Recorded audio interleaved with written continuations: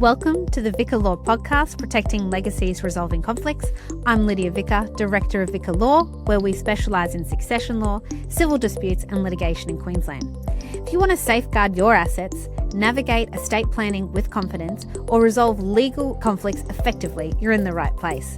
Join me each week as we break down complex legal issues into clear, practical insights, helping you protect your legacy and find solutions with certainty. Let's dive in.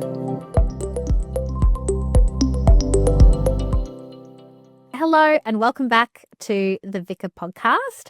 I'm your host, Lydia Vicca, Director of Vicca Law, and today we are continuing our March theme of Will Basics 101 and looking at a very important topic for many young families, which is guardianship under the will. So in the first week of this month, we talked about the basics and how it works, and one of those things that you do put in a will where you have minor children is guardianship. Now, I find guardianship is actually the biggest barrier for people coming to get their wills done. I would be, and I say this all the time on my podcast, so don't judge me, but I would be a rich lady if I had people coming to me and say, oh, we just haven't had a will done because we just couldn't decide on guardian. Okay. And I think that is, to be frank, quite a poor excuse. Imagine your children dying and you just didn't do a will because you couldn't decide on guardian. And they're just like, oh, thanks, mum and dad, for not thinking about my future in the hardest time of my life whatsoever. I just, if my children felt that way, I would be dead, but I would die because I would just be so upset that I had done that. So guardianship is so important. It is not a reason not to do your will. And what I say to people is that having someone is better than having no one. And in terms of guardianship, it's something that can be changed and should be changed as your children, your family, the guardian's situation changes, all those things happen. So let's start with guardianship basics. When would this occur?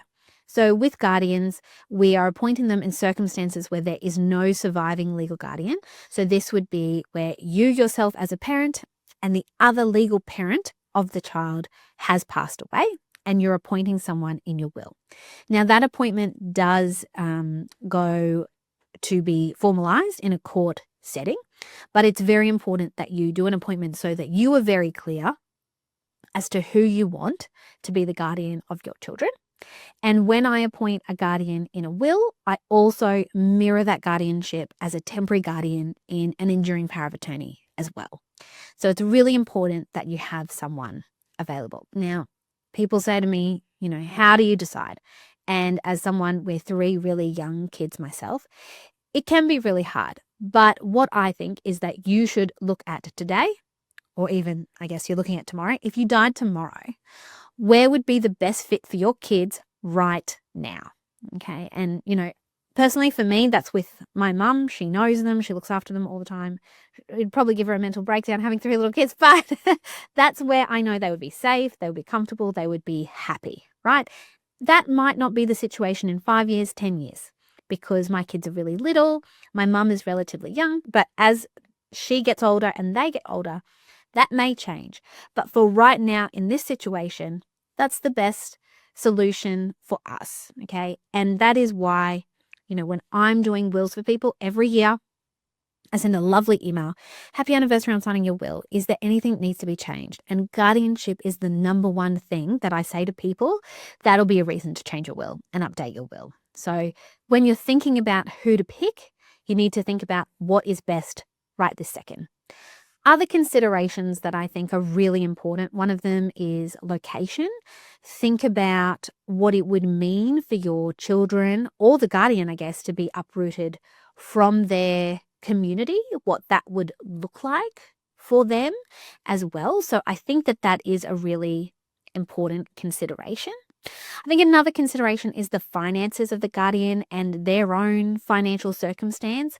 I think it would be hard to leave 3 children to another family who already have 3 or 4 children.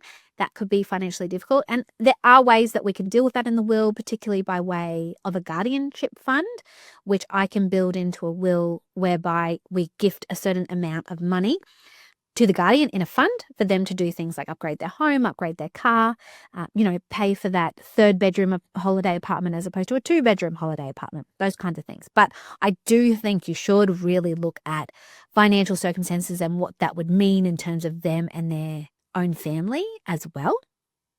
I think you also need to think about, the basics, schooling, values, religion, all these things that are really important into how we spend so much time as parents figuring out how to raise our kids, thinking about how that would look for a guardian as well. That may have just confused you. You might be thinking of all those things, going, oh God, we're still at square one. But I think the most important thing is pick someone that fits tomorrow. If you were both to die tomorrow, who is the most appropriate person for tomorrow? And that's really how I encourage my clients to think about it.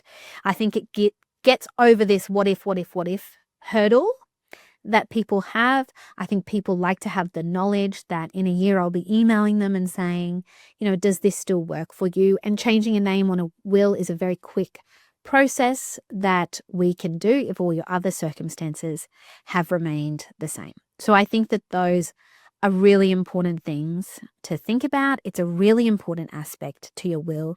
When you're dealing with minor beneficiaries in your will, like your children, there's lots of things to think about. Don't make this the most difficult thing.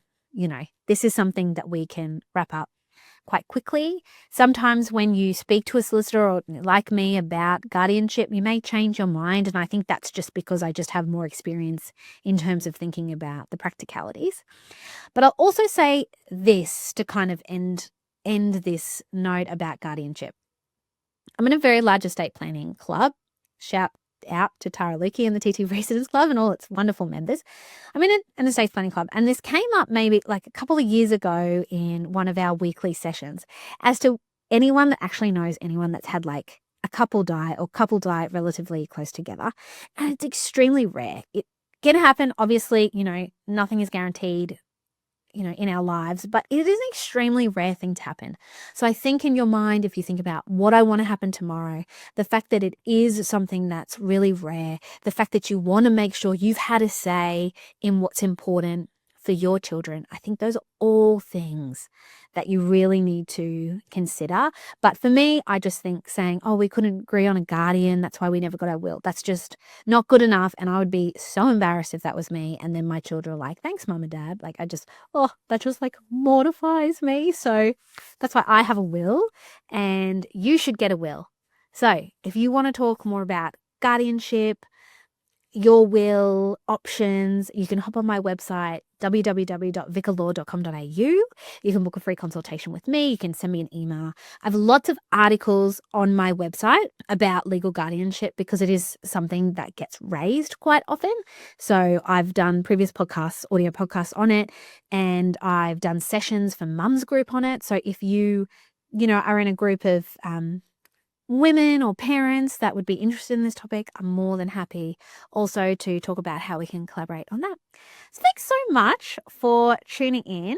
Now, next week is the last week of March, and we're going to be talking about a will versus a letter of wishes and what you should be putting in a letter of wishes. So thank you so much for tuning in, and I will speak to you next week. Bye.